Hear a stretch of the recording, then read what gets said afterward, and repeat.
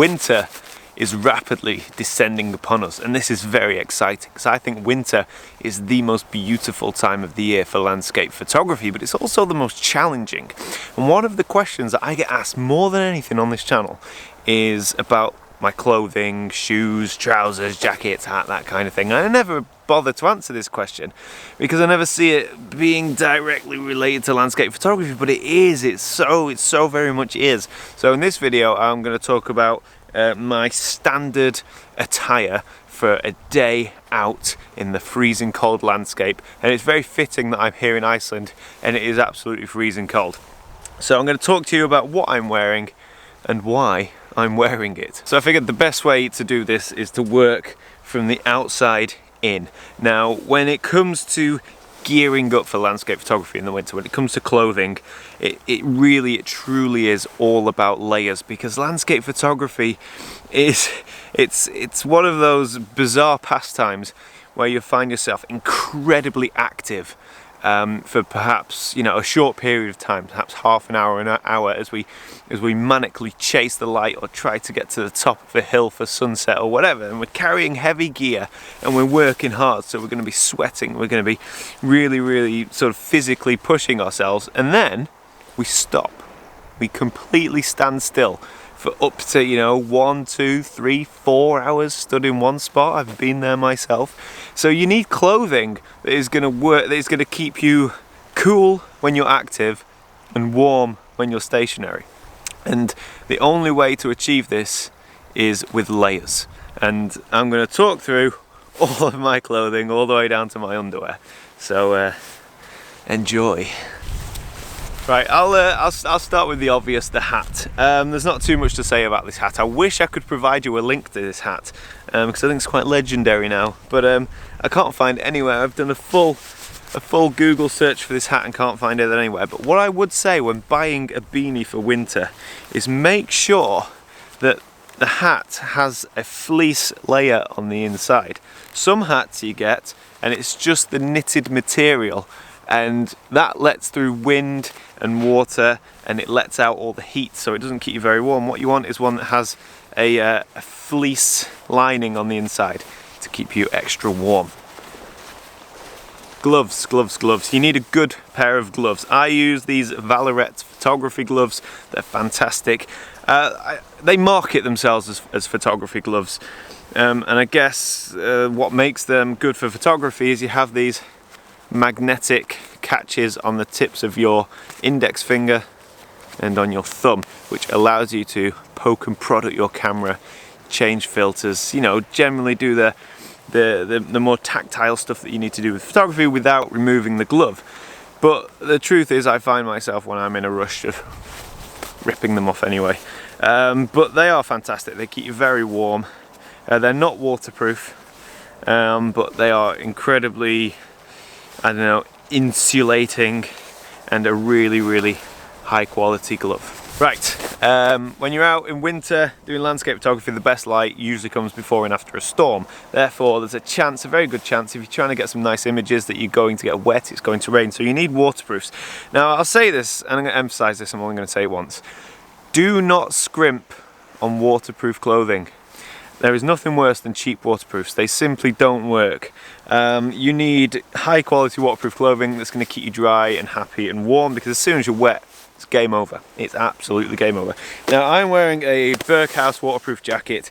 To be honest, this actually isn't the best. I like Gore-Tex. This is not Gore-Tex. This is some kind of Berghaus own brand kind of imitation Gore-Tex. Now this is waterproof, but I find I have to treat it more often than I would my Gore-Tex jacket to, you know, maintain the waterproofness of this coat.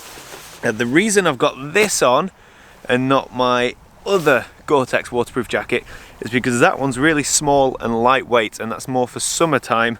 And the reason you need a big waterproof or a large waterproof jacket in winter is because more often than not it has to go over a puffy down jacket, so it has to be a big size. If I was to wear my lightweight Gore-Tex jacket, you know, everything would be spilling out of the seams and it's very uncomfortable. Another tip with a waterproof jacket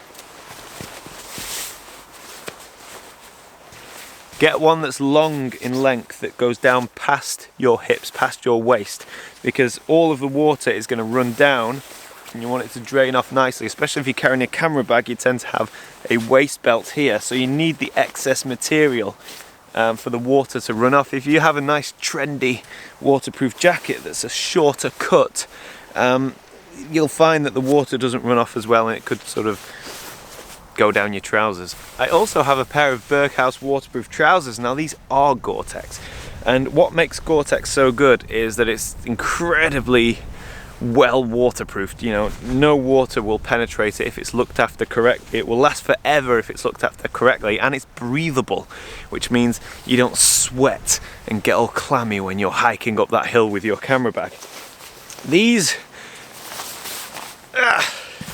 The trousers I'm wearing were expensive.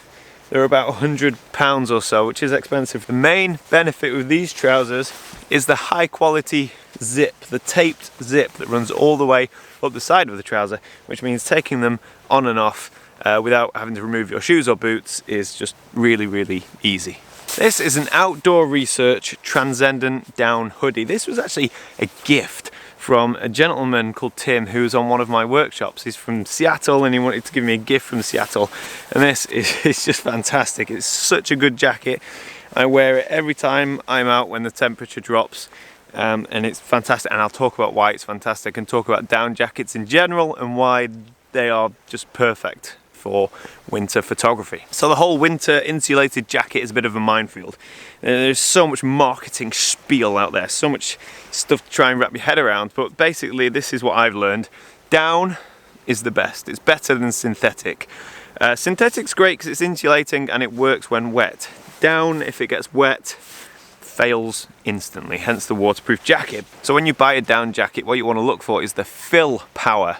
This is basically a scale that tells you how high quality the down insulation is.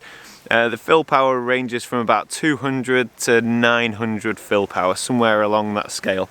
This jacket is 650 fill power, which is high. It's excellent. It's not the top, but if it was at the top, if it was 900 fill power, it'd be too hot. You know, for that you're talking like extreme Arctic conditions. Fill power essentially measures the puffiness of the down inside the jacket and the quality of it. And the more fill power the down has inside the jacket, generally the more lightweight and compressible the down jacket is.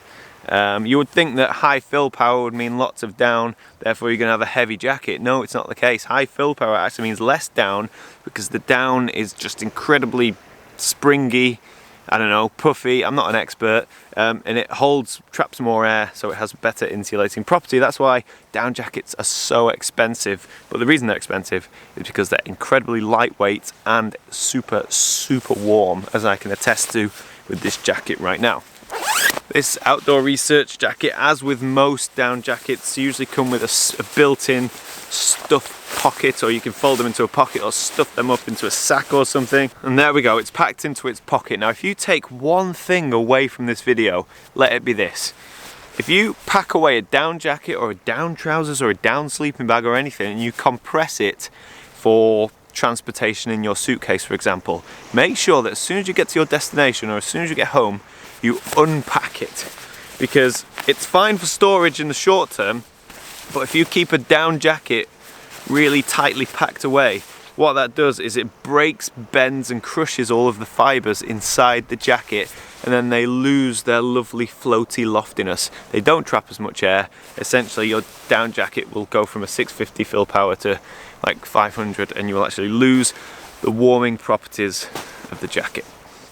So I said it was all about layers. So we've got the waterproof layer, then we have the insulating down jacket layer, now we have a mid layer. This is just essentially a nylon top, a mid layer. And the great thing with layers is when you start a hike, you start with just 1 or 2 layers, and then when you stop and break out your camera, you put on another layer to keep you really nice and warm. It's all about moderating and controlling your core body temperature. This is basically a nylon jacket. That's all it is. It's like 94% nylon, and it has this kind of fleecy interior which really does help trap the heat. It's a very thin jacket, very lightweight jacket, but it really does keep you warm, and what's important is it's breathable. So if you're running and you get sweaty, the sweat can simply evaporate without any problems. Another thing that's worth mentioning about layers is you don't want them to be too baggy. You want them to be quite, they have to be well fitted. It's not so important with your waterproof jacket, that can be nice and big, but with your down jacket and with your mid layer and with your base layer, you want it to be tight so that there's less air for your body to have to insulate. So that's the mid layer, and what you're left with is a base layer. Again, same material more or less as the mid layer, it's just nylon. Basically all this is a Patagonia nylon base layer, and I have nothing on underneath this. Now, why nylon is so much better than cotton is quite simple. Nylon will encourage evaporation more, it's more breathable, and the water, the sweat will evaporate easily, whereas cotton tends to soak and hold all of that moisture and not release it as efficiently as nylon. And it's stretchy, it's more comfortable, and generally it's better fitting than cotton. So a nylon base layer will make all of the difference. It's absolutely fantastic, couldn't recommend it enough. Okay, let's talk about footwear. I am wearing a pair of Scarpa hiking boots. These are fully waterproof, they're fantastic. These are Ranger Gore-Tex, I believe. I'm not too sure. I'll see if I can find a link to these boots. These are the second pair I've owned, and they're fantastic. The reason these are the second pair, when they really should last a lifetime, is because I exposed them to salt water. If you have waterproof boots, stay away from the ocean, stay away from seascapes, stay away from salt water. If you get salt water on your waterproof boots, it will destroy them and effectively turn them into a sponge, I say, as I'm standing here on a beach. But an alternative when you're shooting through seascapes is just a simple pair of wellies, or gum boots as they're called over in America. But yeah, over here they're called wellies. Okay, now I'm going to talk about socks. That's right, socks, massively overlooked in the outdoor arena, I think. But I am wearing a pair of sealskin socks. These are the best socks I've ever owned, and they are absolutely fantastic. These are actually waterproof. Please ignore the plane that's flying overhead, it just adds to the ambience. These are a waterproof sock, and they're incredibly warm. And the great thing about these is you don't need to wash them like regular socks. You just wear them when you go out for a shoot, take them off when you come home, and they'll last forever. And if your Wellington boot or your shoe gets breached by the water, if you wear these, your feet will stay dry, which means your feet will stay warm. And so yeah, sealskin waterproof socks. Massively recommend these in winter time. They're absolutely fantastic. I'll try and link to everything below. Some of this stuff I've had for years and I probably can't find it, but if not, maybe I'll find some alternatives. But yeah, these are worth every penny. I'm going to talk about my trousers. Trousers are massively important as well. The ones I'm wearing at the moment, they're made by Mountain Equipment, and they are a soft shell trouser. Soft shell is a material that tends to be water repellent, not waterproof, but they're wind resistant. And when the wind's howling through those valleys or over those mountain tops, you will feel it. You know, you must know wind chill factor, right? It drops temperatures by like up to 5 times. So it's important that you protect yourself against the wind. Gore-Tex and waterproof jackets are also a great material for protecting against the wind. But when it's not raining, soft shell is fantastic. These are good quality trousers. I tried on 2 pairs of trousers. One was by a brand I hadn't heard of, and the cheaper trouser, same material, you know, essentially the same trouser, but the cheaper one, the zips were sticking, and you know, the zips didn't feel good quality, and the trousers were baggy and not very well fitting. So I went for the slightly more expensive Mountain Equipment one, because with winter clothing you really shouldn't scrimp. These will last me forever. They're warm, water repellent, and most importantly they are windproof.